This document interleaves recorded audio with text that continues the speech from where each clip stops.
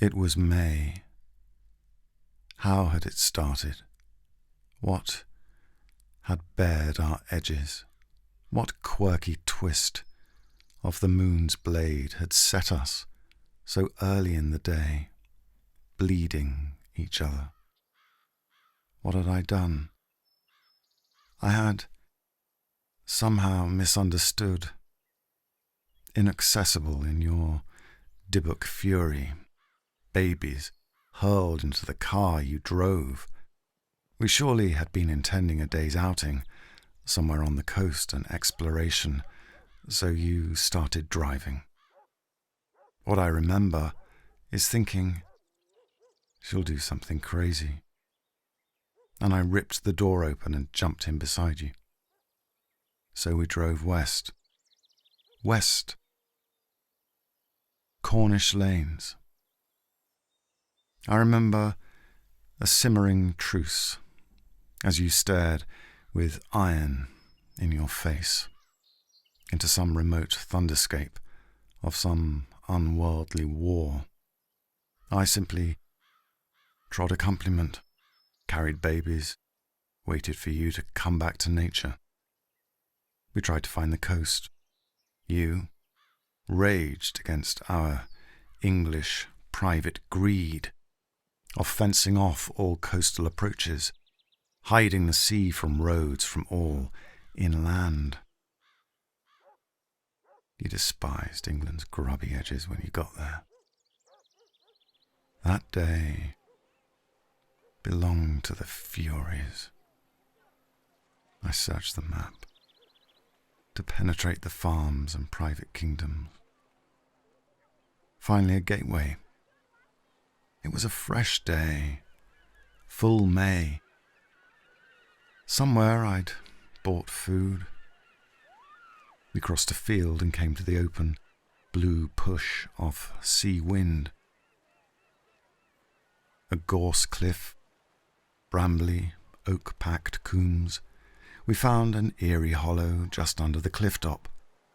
It seemed perfect to me, feeding babies, your Germanic scowl, edged like a helmet, would not translate itself. I sat baffled. I was a fly outside on the window pane of my own domestic drama. You refused to lie there. Being indolent, you hated it. That flat, draughty plate was not an ocean. You had to be away, and you went. And I trailed after like a dog along the cliff-top field edge, over a wind-matted oak wood, and I found a snare. Copper wire gleam, brown cord, human contrivance. Sitting new set. Without a word, you tore it up and threw it into the trees. I was aghast. Faithful to my country gods, I saw the sanctity of a trapline desecrated.